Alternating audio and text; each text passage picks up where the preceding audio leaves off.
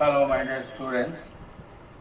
Now we will take the classification of the living world. Classification in general, it is arrangement of things based on a particular order, based on a particular characteristic feature. When the things are arranged in the particular order based on some of the characteristic feature, that is the classification. Classification is essential to understand and to compare the things based on some characteristic feature, maybe morphological characteristic feature or physiological characteristic feature or any one of the characteristic feature taken according to that the things are arranged in the proper order. Many attempts were made in the past to classify the organism on the earth. The living organisms are, many more living organisms are there living on the earth that should be classified properly.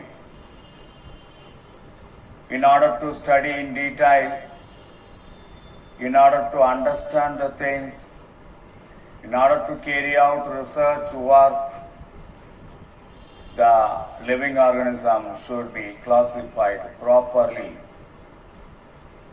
In olden days, many scientists classified the living organism. First, Theophrastus. We know that Theophrastus, father of botany, student of Aristotle, Aristotle, father of zoology. Theophrastus had given a simple classification of plants. He classified the plants based on morphological characters into trees, shrubs, and herbs. A very simple classification he had given. Only he classified the plants into trees, shrubs, and herbs. Now you will see about Aristotle a little. Father of zoology, he classified animals only into two groups. Number one, Anaima, the animals with red blood corpuscles are grouped together in this division, Anaima. The second one is Anaima, all the animals without red blood cells, without red blood, they are considered as Anaima. So that's a very simple classification given by Aristotle. Next, Carolus Linnaeus, very famous scientist. He is called the father of binomial system of nomenclature, father of modern taxonomy. He classified living world into two groups. Number one, plants and animals. He also classified the whole organism of the world into two groups. One is plants, another one animals, based on morphological characters. Morphological characters mean external characters, external appearance of the organism. The whole organisms of the world, living world, are divided into two groups. One is plants, another one is animals. Plants are included in Plantae, animals are included in Animalia. In this classification, Carolus Linnaeus classification, there are two demerits. One is, the main disadvantage is prokaryotes and eukaryotes were grouped together. Already we have studied about prokaryotic organism and eukaryotic organism. Prokaryotic organisms are very primitive organisms whereas eukaryotic organisms are well-developed organisms.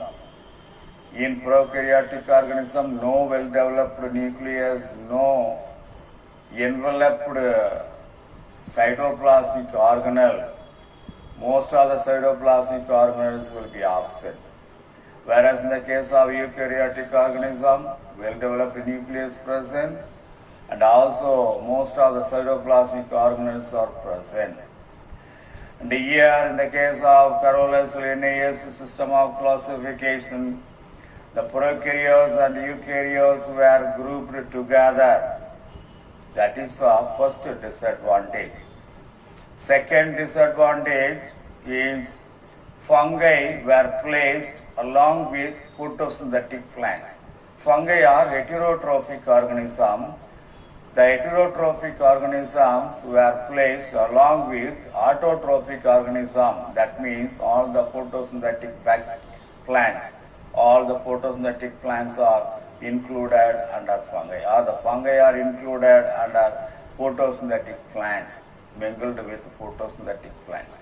So that is the second disadvantage. Two disadvantages, two demerits of the Carolus Linnaeus. During the course of the time, not only morphological characters, but also some of the characters from some of the divisions of plant botany, that is cytology, anatomy, embryology, molecular biology, phylogeny. These are all the branches of botany from which characteristic features are taken and considered for the classification of the organism. Before Carolus Linnaeus system of classification, only morphological characters, that is the external characters, considered for classification of the organism. But after Carolus Linnaeus, the morphological characters alone is not enough. Some of the characters from some of the field of botany also collected, based on which the organisms should be classified. That should be the best classification considered by the scientist. And characteristic features collected in the field of cytology, anatomy, embryology, molecular biology, and phylogeny. Based on those characteristic features, based on those collected characteristic feature, organisms were classified. Classification, is it necessary? Need for classification. Next, we have to see need for classification. First one, to relate things based on common characteristic feature. Second, to define organisms based on the salient features. Third one, to know the relationship amongst the different groups of organisms. Fourth one, to help in understanding the evolutionary relationship between the organism. These are all the 4 points considered mainly in order to classify the organism. That these are all the need for classification of living organism. Now we'll pass on to the systems of classification. What are the systems of classification? How organisms were classified based on those systems. That is given in the table 1.4, page 11. There are different systems of classification proposed by different scientists given in the table 1.4. First one, two kingdom system. The two kingdom system was proposed by Carolus Linnaeus in the year 1735. He classified the organism into two kingdoms. First kingdom Plantae, second kingdom Animalia. So that's a very simple system of classification, Carolus Linnaeus. Already we have consulted about it, and the two kingdom system was proposed by Carolus Linnaeus. The second one, three kingdom system. The three kingdom system was proposed by Ernest Haeckel in the year 1866. In the year 1866, Ernest Haeckel, a scientist, proposed three kingdom system. According to the Ernest Haeckel's system of classification, organisms are classified into three kingdoms. Number one, Protista. Number two, Plantae. Number three, Animalia. Only three kingdoms proposed by Ernest Haeckel. First kingdom Protista, second kingdom Plantae, third kingdom Animalia. Now we'll pass on to the fourth kingdom system. The fourth kingdom system was proposed by Copeland in the year 1956. He classified the organism into four kingdoms. First kingdom Monera, second kingdom Protista, third kingdom Plantae, and fourth kingdom Animalia. Now we will pass on to the fifth kingdom system. The fifth kingdom system was proposed by R.H. Whittaker in the year 1909. He classified the organism into five kingdoms. First kingdom Monera, second kingdom Protista, third one Fungi, fourth one Plantae, fifth one Animalia. The five kingdom system considered as a best system that we'll see in detail later. Now we'll pass on to the sixth kingdom system. The sixth kingdom system was proposed by Thomas Cavalier in the year 1998. Thomas Cavalier classified the living world into six kingdom system. It was a revised five kingdom system in the year 1998 by Thomas Cavalier. According to Thomas Cavalier, the whole kingdom is divided into Monera. The Monera is subdivided into the first kingdom Archaebacteria, the second kingdom Eubacteria,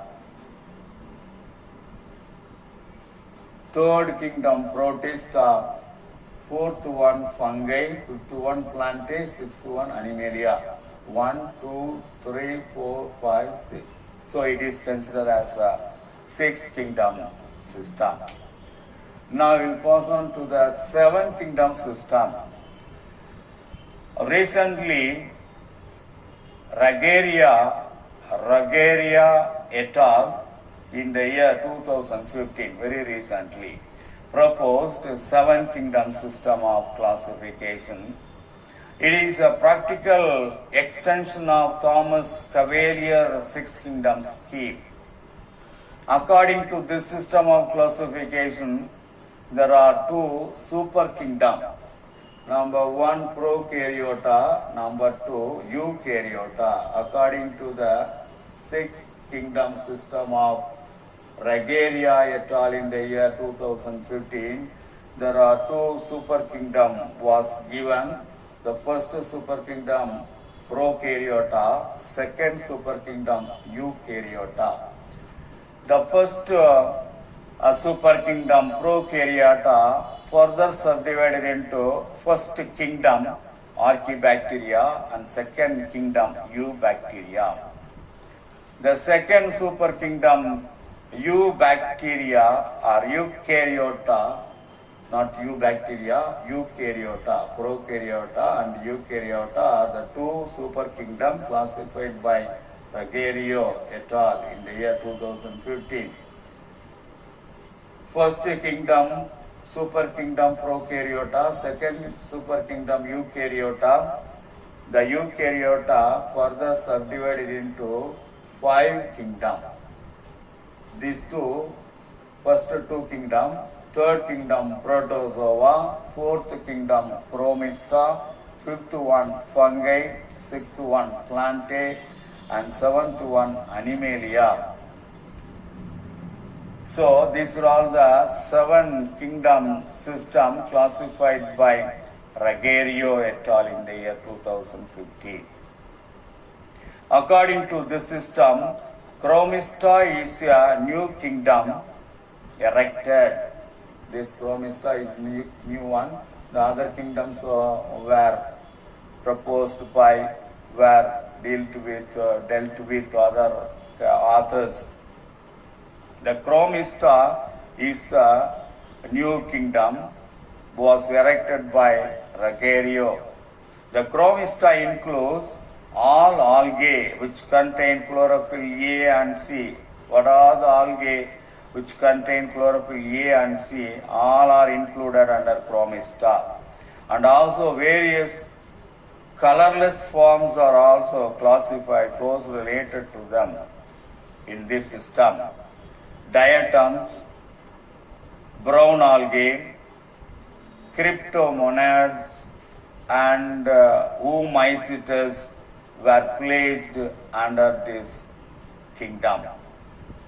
So that is about the 7 kingdom system of Ruggiero. Ruggiero is a revised system of Thomas Cavalier. Next, 3 life, 3 domains of life were given by Carl Woese and co-workers. Carl Woese and co-workers in the year 1990 introduced 3 domains of life. The first domain is bacteria, second one archaea, third one eukarya.